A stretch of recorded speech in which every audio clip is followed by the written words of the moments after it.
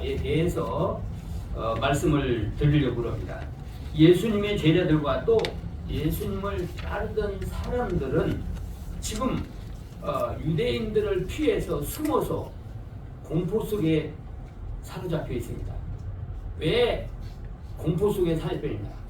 예수님을 장사 지내고 난 다음에 혹시라도 유대인들이 자기네들 예수님의 제자들 그 사람들을 잡아서 예수님처럼 처형을 하든지 감옥에 가두든지 혹시라도 그렇게 하면 어떻게 되나? 그걸 잠못 두려워하고 있습니다. 그리고 두 번째는 뭐 때문에 근심을 하냐 그러니까 예수님을 따라갈 때는 직업을 버리고 예수님을 따라갔는데 이제 예수님이 덜렁 돌아가셨어요. 그럼 우리는 뭐 해야 지금? 어떻게 해야 돼요? 집으로 돌아가자니 그동안 예수님의 말씀을 듣고 어떤 사람은 작별 인사도 안 하고 따라왔는데 그동안은 잘 있었는데 이제 어떡하지 내가? 집으로 돌아가? 그럼 사람들이 뭐라고 그러겠지? 이 근심 걱정으로 사로잡혀 있는 것입니다. 또 한 가지는 뭐냐 그러니까 예수님이 부활한다고 했는데 진짜로 부활할까? 부활한 것을 한 번도 아직까지 경험하지를 못했어요. 물론 나사로가 죽었다가 살아났지만 그 나사로의 살아난 것은 육신이 잠깐 동안 숨이 끊어졌다가 다시 육신으로 살아난 것이기 때문에 금방 또 죽는 거죠. 그런 부활이 아니라 이제 하늘나라 가서 살 수 있는 영체로 부활을 하는데 과연 부활을 할까? 이것 때문에 또 고민이 생기는 거죠. 그리고 예수님이 제자들을 떠나가면서 내가 여기 있는 것보다 내가 떠나가는 것이 너희들에게 유익하다. 왜? 내가 올라가면 성령을 보내줄 테다.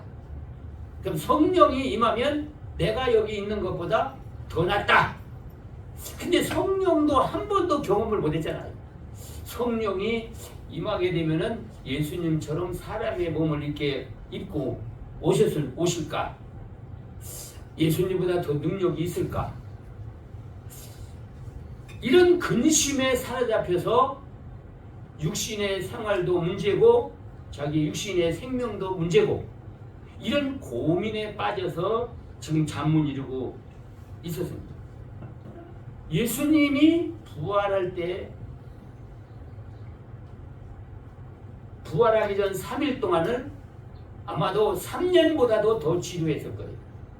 잠 못 자가면서.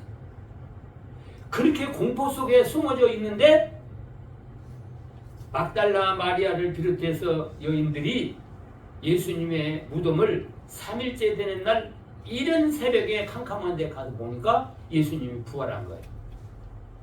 말씀한 대로 부활을 했어요. 그 부활한 예수님을 만났어요.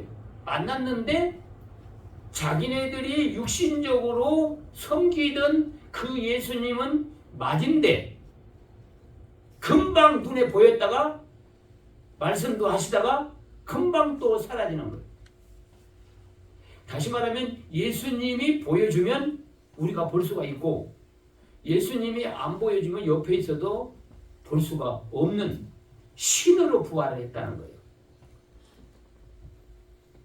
그 부활한 예수님을 만나고 제자들한테 가서 예수님이 부활했다고 전합니다.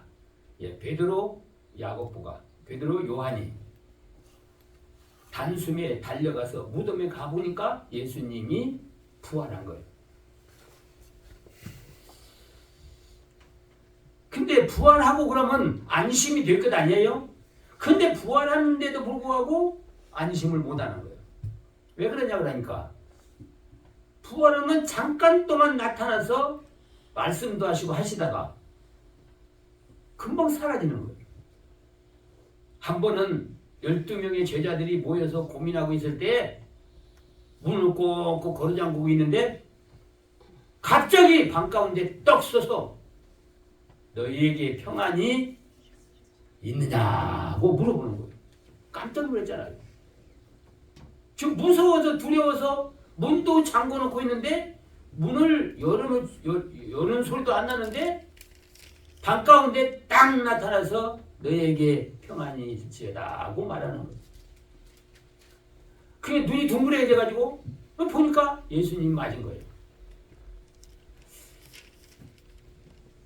그러나 제자들은 살아있을 때 예수님만 생각을 했지 이렇게 신령한 몸으로 영적으로 부활했다는 것을 경험이 없었기 때문에 믿지를 못하고 의심을 하는 거예요. 의심을 하니까 예수님께서 보여주는 거예요. 육체는 영은 뼈가 없다. 봐라. 나는 뼈가 있다. 그리고 못자국을 봐라. 그래서 제자들에게 용기를 주고 말씀을 하신 것이 있어요. 그 제자들에게 마지막으로 승천하기 전에 말씀을 하십니다. 뭐라고 말했냐 그러니까 성령이 임하기 전에는 예루살렘을 떠나지 말라. 그 말은 예루살렘을 떠나서 너희들이 복음을 전하지도 못하고 살지도 못한다. 말씀대로 살지도 못하고. 왜? 육신을 가진 사람은 그 육신적인 핍박을 무서워서 죽을는지도 모르니까 두려워서 나가서 예수 믿는 척도 못한다 이거예요. 그러니까 성령이 임한 다음에는 성령이 감동해 주는 데를 나가서 활동하면은 너희 생명도 지켜주시고 능력도 해서 아무도 너희들을 해하지 못하게. 그러니까 성령이 임하기 전에는 예루살렘을 떠나지 말라는 말씀을 전해주고 또 한 가지는 뭐냐 그러니까 성령이 임하면 너희가 권능을 받고 예루살렘과 온 유다와 사마리아와 땅끝까지 내 증인이 되리라고 말씀하셨습니다.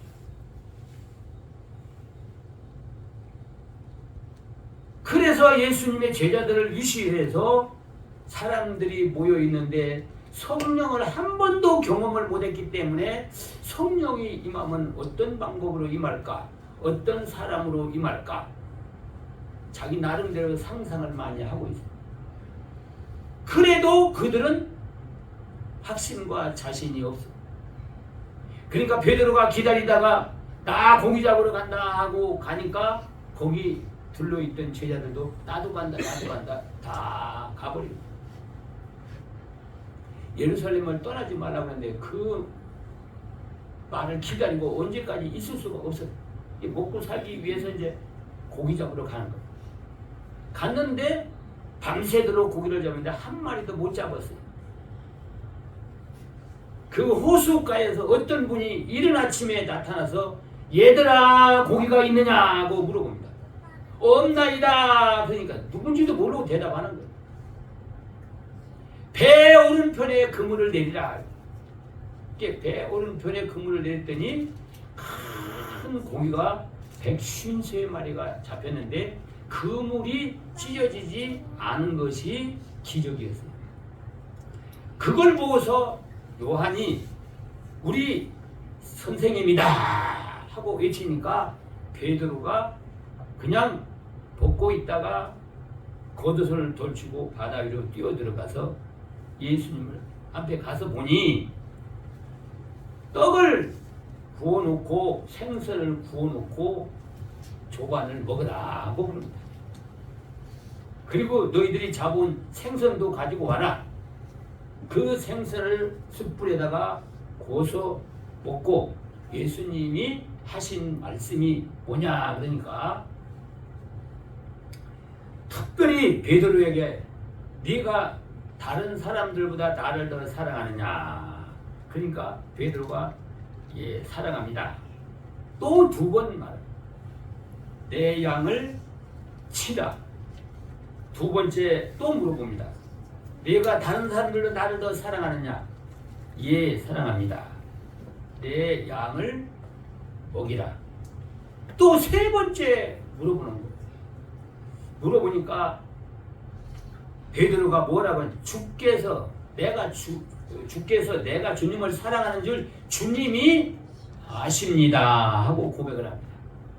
그러니까 베드로는 거기서 예수님께 합격을 받고, 너는 젊어서는 네 마음대로 다니면서 복음을 전하고 다니만 나이가 늙어서는 네가 원치 않는 곳으로 가리라.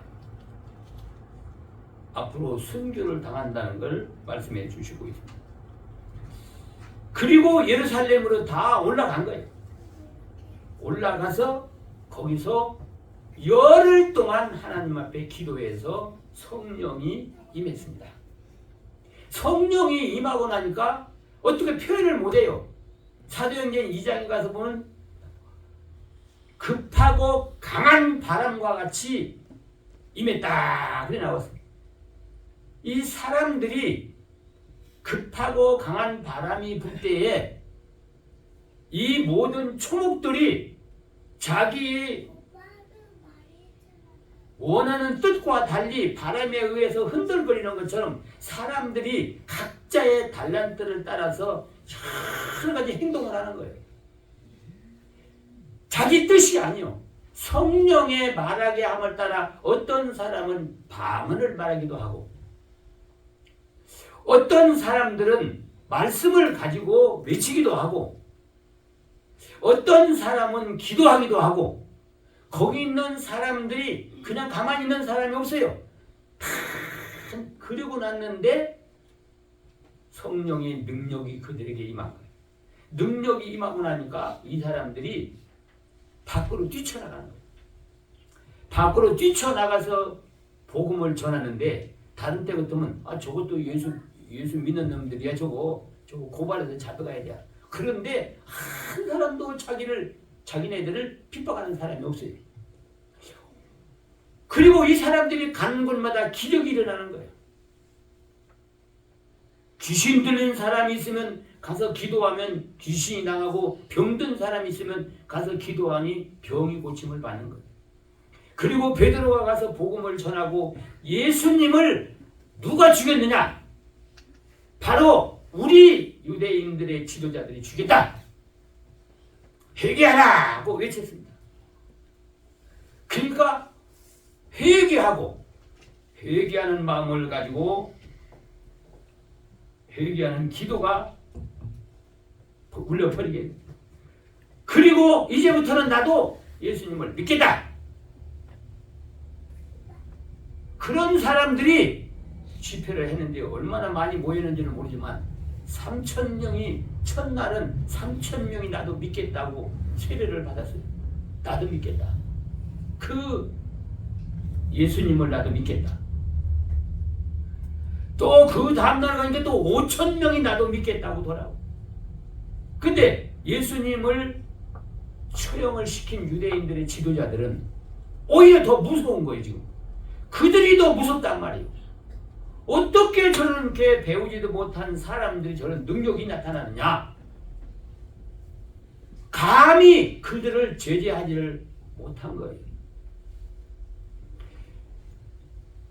그리고 그들이 복음을 전하기 시작하는 거죠. 기적과 이적이 나타나는 거죠.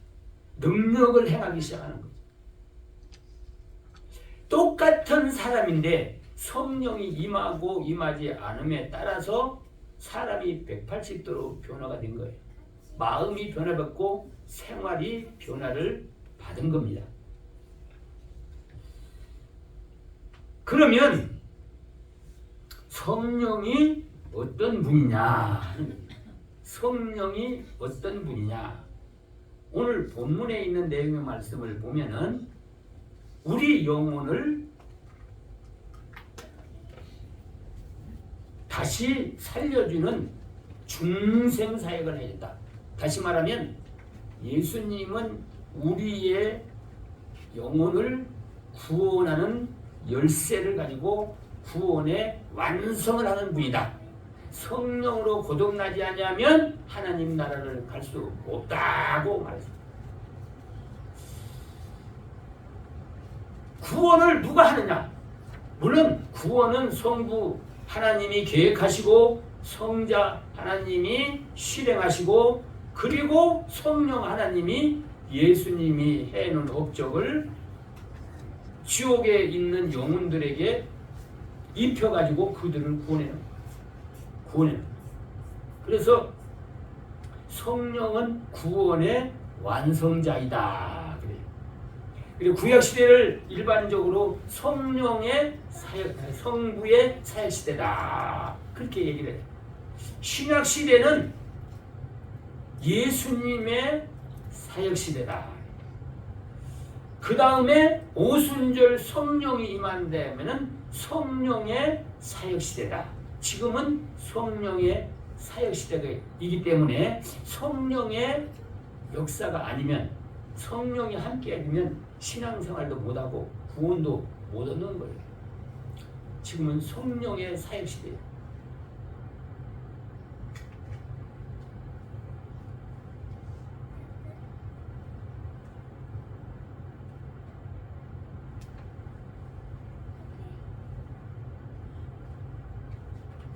그런데 여기서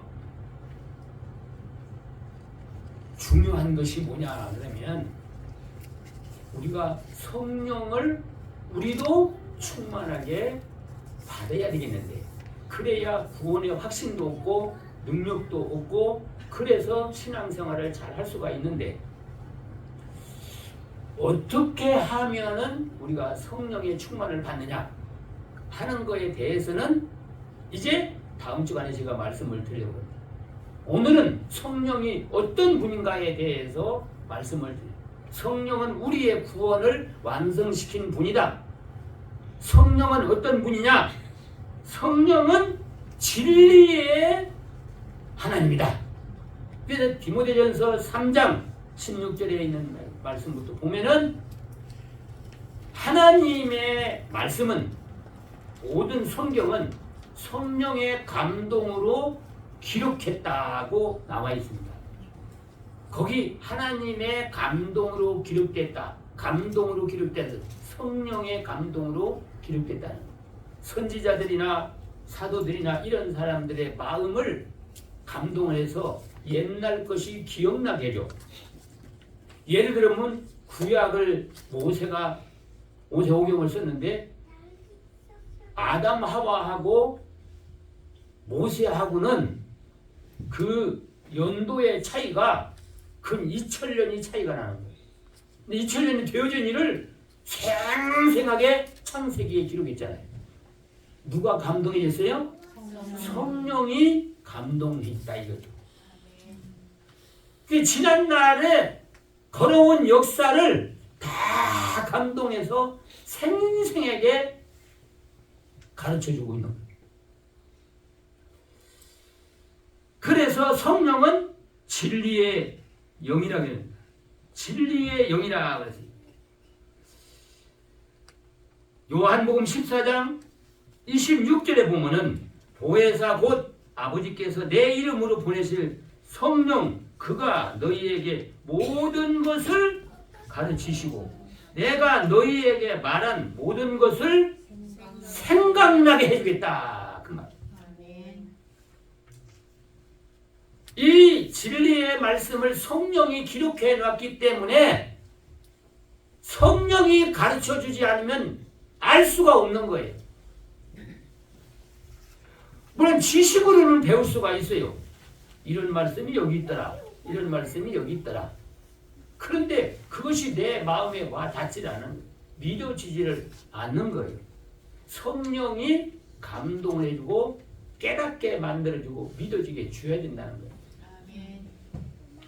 오늘 본문에 나오는 니고데모는 유대 나라의 최고의 학부고 권력을 가지고 있는 공회원입니다. 공회원이에요. 근데 예수님하고 대화가 벌어지잖아요. 예수님 행하는 걸 보면 하나님이 분명히 보내주신 분이다. 메시아다 이거요. 그래서 예수님한테 찾아갑니다. 당신은 정말 하나님 보낸 선생님으로 내가 믿는다. 그 이적과 기적을 행하는 걸 보면은 하나님 외에는 할 수 없는 일을 하고 있다. 믿는다 이거. 그런데 거기에 여운이 질문하는 여운이 뭐냐 그러면 그러면 어떻게 하면 나도 구원을 얻을까? 그걸 물어보려고 해요. 그러니까 예수님이 뭐라고 했어요? 물과 성령으로 거듭나지 아니하면 결단코 천국에 들어가지 못한다. 예수님 말. 근데 거듭난다는 말 알아들었어요? 거듭난다는 말이 무슨 말이에요? 두 번 난다는 말이에요. 그러니까 이 니고데모가 뭐라고 했어요? 사람이 늙으면 어떻게 또 사람을 납니까? 두 번 날라 그러면 사람의 뱃속에 들어갔다가 다시 나와야 됩니까? 이게 지식으로 받아들이는 사람은 여기가 한계성이에요. 어떻게 두 번 나냐고. 그러면 모태에 들어가서 다시 나오려고 그러고 그럼 어머니는 나이 늙었는데 또 뱃속에 들어갔다가 내가 또 나와야 되냐? 두 번 날라면? 그러니까 예수님이 책망을 한 거예요. 육으로 난 것은 육이고 영으로 난 건 영이다 이거예요. 너는 어째 육신만 생각하고 영혼을 못 믿냐 이 말이에요. 오늘 지식으로만 믿는 사람들은 영을 안 믿고 지식으로만 믿어요. 이성의 지식으로만 믿는다. 그러니까 예수님께서 그에게 책망을 합니다. 10절에 가서 보면 뭐라 했어요? 예수님께서 가라사대 너는 이스라엘의 선생으로서 이러한 일을 알지 못하느냐.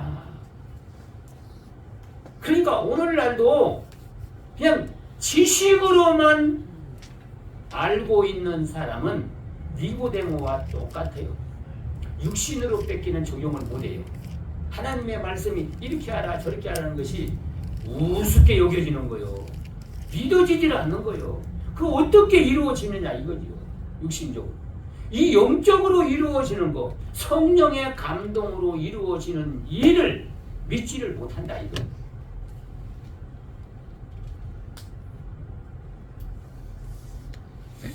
유대인의 대제사장들이나 제사장들이나 율법사들이나 이런 지도자들입니다. 지도자들인데 그들이 말할 때에는 사람의 마음을 감동시키지 못했어요. 하나님을 믿고 돌아오는 사람이 없었어요. 근데 베드로는 무식한 어부였어요. 어부는 그때 당시에 아주 제일 하급에 먹고 사는 사람이에요. 고기 잡아서 근근히 먹고 사는 사람이에요. 근데 베드로가 말할 때에는 3,000명이 회개하고 돌아오고 5,000명이 돌아오고 7,000명이 돌아오고 나중에는 뗄 수가 없어. 수많은 무리들이 몰려오는. 그러면 거기서 믿는다고 하는 사람들만 그렇지 믿지 않고 따라다니는 사람은 얼마나 많았겠습니까? 몇만 명이 몰려들고 있는 거예요. 어떻게 보면 예수님보다도 사람이 더 많이 몰려오는 거예요. 근데 어떻게 무식한 사람이 이 복음을 전하는데 어떻게 이 많은 사람들이 회개하고 돌아오느냐 이 말이에요. 인간의 지식으로는 도무지 이해할 수가 없는 거예요.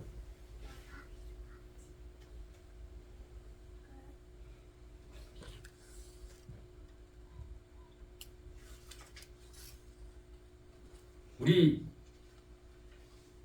성도들은 성경을 어떤 사람은 천독을 했다고 그래요. 천독을 했는데 눈 감으면 마태복음부터 읽기 시작해요. 속으로 읽는 거예요. 그럼 버스 타고 와서 딱 앉으면 눈 감고 성경을 읽는 거예요.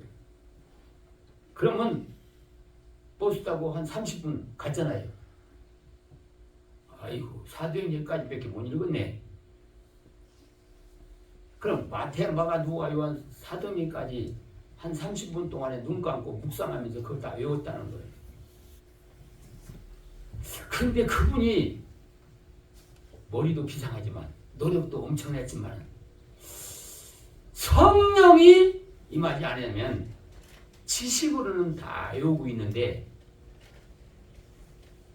성령이 말하는 능력은 없다는 말이에요. 그런 사람들이 많이 있어요. 적지 않다는 거예요. 신앙생활 하면서. 그러니까 그런 사람들은 인간의 자기의 한계성을 벗어나는 일을 할 수가 없어요. 이 세상을 불로 심판한다는 것을 안 믿어요. 우리가 죽어서 하늘나라에 간다는 것도 못 믿어요. 있는지 없는지 어떻게 아냐고. 눈에 보이는 것도 우리가 다 못하고 사는데 보이지 않는 걸 어떻게 알고 거기다가 투자를 하고 헌신을 하고 순종하고 사느냐 이거지. 안 믿어지는 거예요. 성령으로 하지 아니하면 믿어지지 않는다는 겁니다. 그래서 성령에 의해서 진리가 깨달아져야 되는 거예요. 이 하나님의 말씀이 성령의 감동을 받으면 내게 주시는 말씀으로 그것이 들려진다는 거예요. 그것이 믿어진다는 거예요. 그 말씀대로 살아가는 거예요. 근데 거기에 기적이 따르잖아요. 축복이 따르잖아요.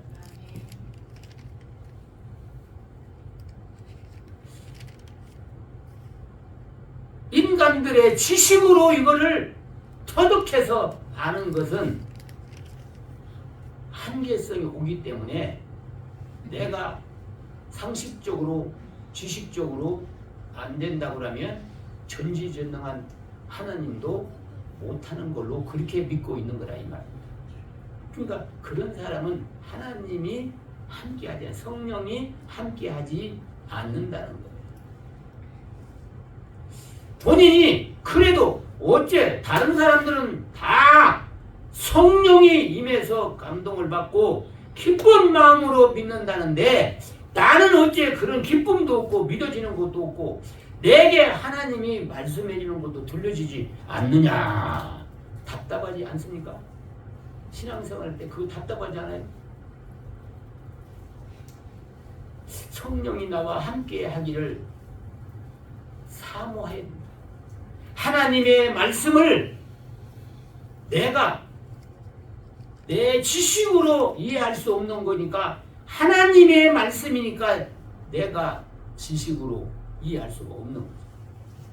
이 세상을 말씀으로 만든 분의 지식을 피조물인 우리가 그걸 안다고요? 알 수가 없는 거예요.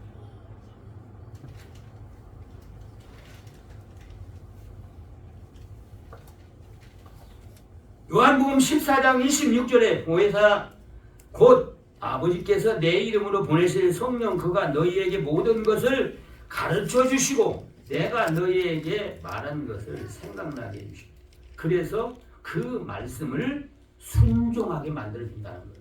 그 순종하는 사람이 이해가 안 되는 걸 순종하는 게 아니라 이해가 되고 믿어지니까 순종하는 거예요.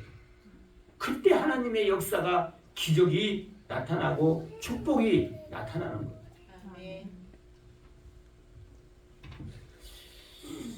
이 니고데모는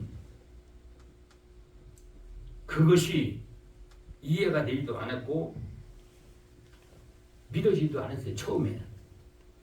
근데 예수님의 말씀을 듣고 그렇다면 나에게도 성령이 임하기를 위해서 사모하고 기도하는데 내 생각을 접어야 되는 거예요. 내 주관과 내 생각을 내려놔야 되는 거죠. 그거하고 조금 비교하려고 하면 안 되는 거예요. 예수님께서 온종일 복음을 전하고 이제 산으로 기도하러 가신 다음에 제자들은 갈릴리 호수를 배를 타고 저쪽 건너편으로 가고 있었습니다. 근데 캄캄한 밤에 풍랑이 일어났습니다. 풍랑이 일어나서 이 제자들이 배가 뭐 노젓는 배니까 풍랑이 일어나니까 이게 다 전복이 되게 생겼다 이거지. 무서워서 떨고 있는 거. 근데 갑자기 그 시커먼 파도 위를 더욱더욱 걸어오는데 검은 그림자처럼 캄캄한 밤이니까. 그러니까 이 어부들은 항상 이 물속에 어떤 물귀신이 있다고 그렇게 생각을 해요. 그래서 그 물귀신한테 제사를 드리고 가서 이 풍랑 안 만나고 고기 많이 잡고 해달라고 고사 지나고 가잖아요. 옛날부터 그런 미신이 있었어요. 몇 년 전만 해도 어부들이 고기 잡으러 가려면 돼지다가리 놓고 제사 지내고 용왕님께 제사 드리고 그러고 갔어요. 우리나라에서. 지금은 이제 과학이 발달되다 보니까 용왕이 어디가 있어. 용왕이. 지금은 고기 떼가 어디가 있는 거를 다 레이더를 통해 가지고 알아가지고 그걸 쫓아가서 그물을 내리는 거.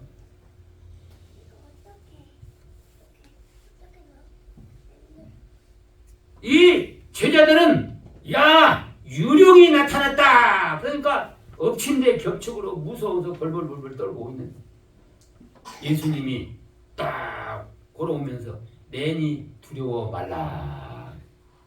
근데 어떻게 예수님 물로 걸어가요? 육신을 가진 예수님 어떻게 물로 걸어가요?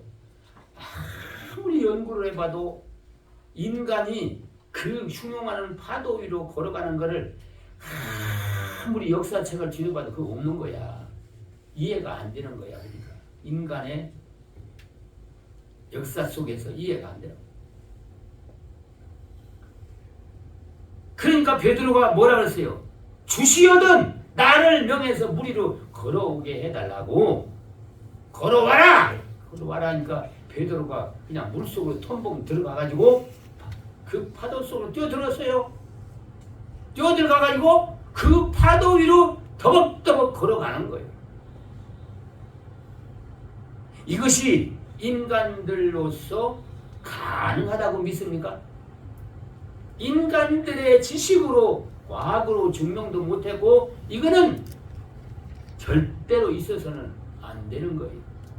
그러니까 믿지를 않아요. 근데 걸어갔잖아요. 역사적으로 걸어갔잖아요. 그걸 보고도 안 믿는다고. 그건 애당초부터 하나님의 말씀을 하나님의 말씀으로 인정을 안 하고 그래서 그 말씀을 영적으로 어떻게 내가 지켜야 된다는 것도 생각도 안 하고 믿지도 않고 그러니까 관심이 없으니까 성령이 그들의 마음속에는 함께하지 않게 안 믿어지는 거예요. 아무리 옆에서 기적이 일어나고 능력이 일어났다고 하더라도 그것이 믿어지지를 않는 거라고 말이에요. 그럼 어떻게 하면은 성령이 함께 하느냐 이거죠. 첫째는 나도 성령이 임하면 저 사람처럼 된다는 것을 믿고 사모하고 기도해야 됩니다. 본인이 사모하고 기도를 해야 돼요. 마가의 다락방에 모였던 120명의 성도들은 하나님이 예수님이 성령이 임할 때까지 기다리라고 했으니 성령이여 우리에게 임해달라고. 그리고 하나님 앞에 회개 운동이 일어난 거죠. 우리 마음을 내 생각과 지식과 모든 것을 다 비워놨을 때에 그때 성령이 우리 마음속에 임재를 하는 거예요. 이건 하나님의 신이 임재하는 거기 때문에 인간들의 육신의 눈으로 볼 수도 없는 거예요.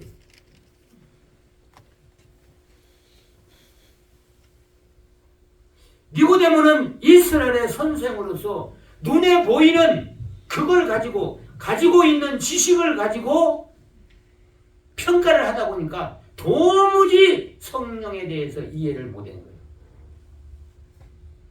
근데 마지막 예수님이 십자가에 돌아가실 때에 장사를 지내는데 니고데모가 거기 나타나요. 니고데모에서 모략을 100근을 가지고 와서 예수님이 시체에다 넣어서 이거를 감싸서 상하지 않도록 만들어요. 그걸 보면 니고데모는 부활을 믿었다는 거예요. 예수님의 부활을 믿었어요. 다시 말하면 성령이 그 마음속에 함께 했다는 거예요.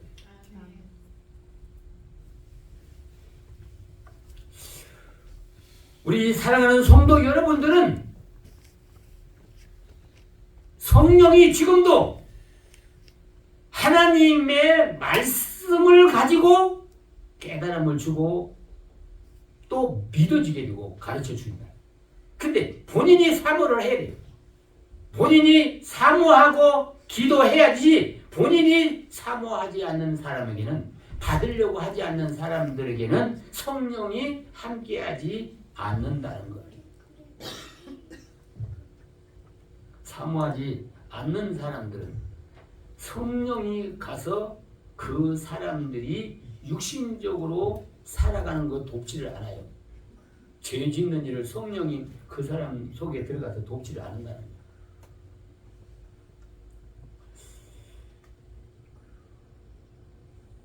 그렇다고 한다면 오늘날 여러분들은 진리의 성령이 진리를 통해서 역사를 하고 있다는 거예요. 그 진리를 내가 믿음으로 사모하고 받을 때에 또 믿고 순종할 때에 그런 기적과 이적이 나타난다는 겁니다. 가장 기적과 이적은 뭐냐 그러면 내 마음속에 믿어지는 믿음이 생긴다는 거예요. 성령이 임하기 전에는 믿어지지를 않아요. 이게 인간의 지식으로는 믿어지지를 않는 거예요. 성령이 임하니까 어떤 말을 하든지 간에 그 말씀이 믿어지는 거예요. 믿어지니까 그 말씀을 순종하는 거예요. 그럼 안 믿는 사람들의 입장에서 볼 때는 이상한 눈초리를 보는 거예요. 저런 바보 같은 사람이 다 있냐. 아, 저걸 믿어 그래? 저걸 믿고 따라가? 이 시대가 어느 시대인데? 하고 비난을 하는 거죠. 비난을 하면서도 결과론적으로 보면은 이상하네. 저 사람은 안 되는데 결국 안 될 건데 왜 돼 나가냐고. 그 이상하네. 그러면서도 안 믿어. 하나님의 말씀을 사모하지 않고 그걸 믿으려 하지 않고 내가 판단해서 배격하기 때문에 성령이 그 사람의 마음속에 임하지를 않는 것입니다. 성령은 진리의 성령이기 때문에 진리 안에 있을 때 성령이 역사를 하고 진리 밖에서 생활할 때는 성령의 역사가 일어나지 않는 것입니다. 그렇다고 한다면 우리 여러분들은 하나님의 말씀 속에 성령이 함께하고 있다는 걸 믿고 하나님의 말씀이 여러분들에게 들려지면은 아멘으로 화답하고 순종해 나갈 때 성령의 역사를 경험하게 될 줄로 믿습니다. 아멘. 그래야 믿음의 확신을 가지고 어떤 어려움이 오더라도 그거를 극복해 나갈 수가 있고 그리고 하나님의 사랑도 체험하고 능력도 체험하고 축복도 체험하고 하나님이 나만 사랑해 주는 거고 이 세계 모든 사람들 가운데서 나만 사랑해 주는 것 같은 그런 마음을 가지고 신앙생활을 하니까 즐거움으로 하는 거예요. 하나님을 위한 일이라고 하면 어떤 일이든지 즐거움으로 감당하는 거든. 하나님이 기뻐하고 즐거운 일을 하면은 나에게 주시는 은혜가 그것보다도 10배나 20배나 더 많은 은혜가 임하고 축복이 임하기 때문에 그렇습니다. 아멘. 자기 힘과 자기 의지로 살아가고 하나님의 말씀을 받지 않냐고 비판한다면 자기 힘으로 자기 지식으로 아는 지식으로 신앙생활을 하기 때문에 하나님의 말씀을 내가 이해가 안 되는 것은 지키지 않는 거예요. 믿지도 않고 지키지도 않는다는 거예요. 중요한 것은 이제 그렇게 신앙생활을 일생 동안 한다면 마지막에 가서 어떻게 되겠냐. 마지막에 가서 어떻게. 물과 성령으로 거듭나지 아니하면 결단코 하늘나라에 들어갈 수가 없다고 말씀합니다. 아무쪼록 여러분들은 진리를 통해서 역사하고 있는 성령을 여러분들은 마음속에 믿음으로 영접하고 성령의 사람이 되어서 성령의 능력과 기적과 이적과 축복을 사사건건마다 경험하고 모든 사람들에게 보여줄 수 있는 그런 신앙생활을 하는 여러분들이 되시기를 바랍니다. 아멘. 기도합시다. 고마우신 우리 아버지 하나님,